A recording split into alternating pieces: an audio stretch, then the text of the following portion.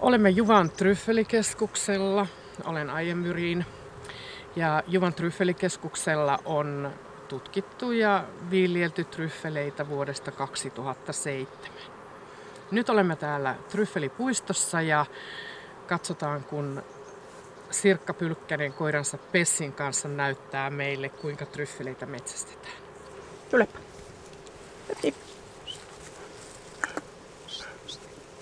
Katsotaan.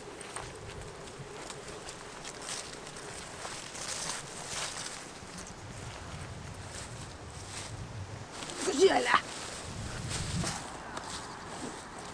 Onko se nyt kaivaa? Ja, missä se on? Missä se on?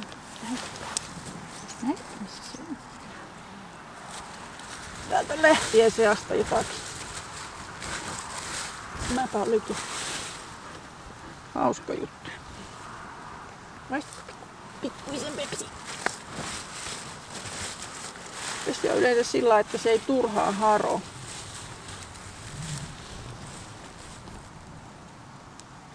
se siellä?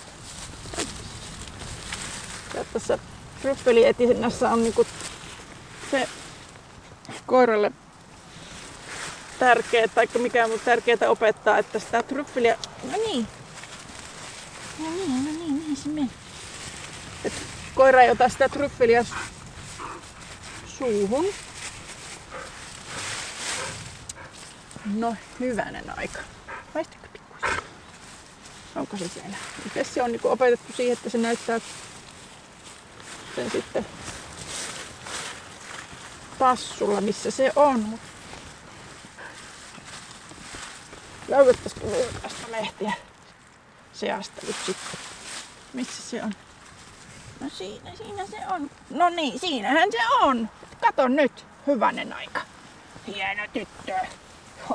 Hieno. Semmoinen. Tryffelin näyttää, eli tässä on nyt viljelty tryffeli.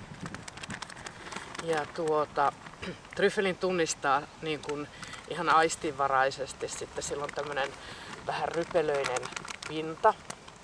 Ja sitten kun tryffelin halkaisee, niin sitten siellä on semmoinen sisällä semmoinen marmuroitu pinta. Mä voin tämän varovasti nyt tästä aukasta.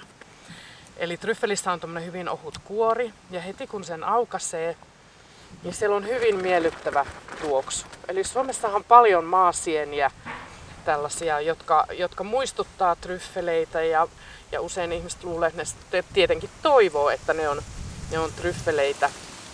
Mutta se kannattaa ihan niin kuin muidenkin sienien osalta niin tunnistaa sitten tarkkaan ennen kuin niitä menee syömään, koska kaikkia maasieniä ei ole vielä edes nimetty eikä tiedetä. Ja Suomestahan löytyy myös villitryffeleitä. Ja villitryffelit on vähän semmoisia vaaleampia sitten tuosta ulkokuorestaan mutta ihan yhtä herkullisia ja upeita ruoka-aineksia. Nythän on paras aika oikeastaan alkaa olla tryffeliaika. Eli tryffelin sadonkorjuaika on tässä syyskuun lopulta sitten ihan sinne lumien tuloon saakka, milloin routa tulee maahan. Aivan ihana. Tryffeli syödään raakana. Se lisätään ruokaan ihan siinä loppuvaiheessa, eli sitä ei kuumenneta missään nimessä. Tryffeli puhdistetaan näistä hiekasta ja tästä maasta pois ihan vedellä ja varovasti harjalla ja sitten se raastetaan ruokaan. Eli esimerkiksi tryffelivoi on oikein hyvä Karjalan piirakan päällä, tämmöinen uusi suomalainen perinneruoka nyt sitten.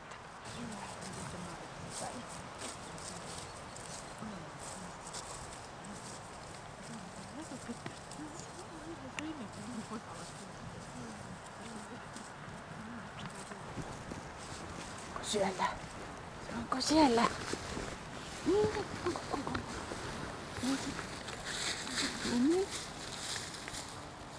Siinä.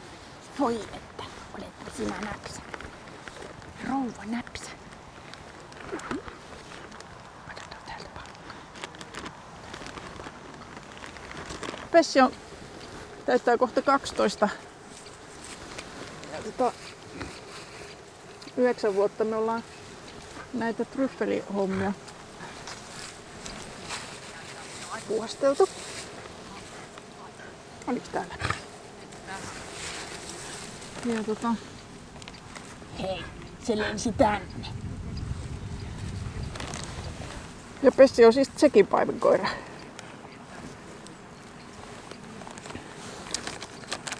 Vanha rouva. Ja nyt etsitään palkkaa.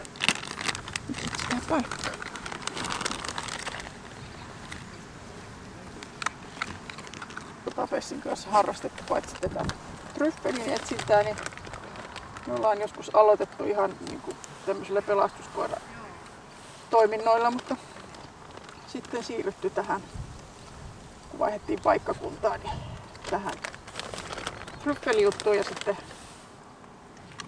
ollaan myöskin Pessin kanssa treenattu kadonneiden eläinten etsintää. Mutta siitä Pessi on jo elänyt. Tryffelietsintä sujuu aika määrätietoisesti. Pessi on semmonen, joka tassulla merkkaa nämä löytönsä, että on tärkeää, että tryffeliä ei oteta suuhun, että se sitten ettei se syö tryffeliä. Silleen. Vaikka olisi kuinka mukavaa, niin palkat on aina lisää vähän motivaatiota. Pessi on semmoinen rauhallinen etsijä. Ja ei ole mikään hökkerö.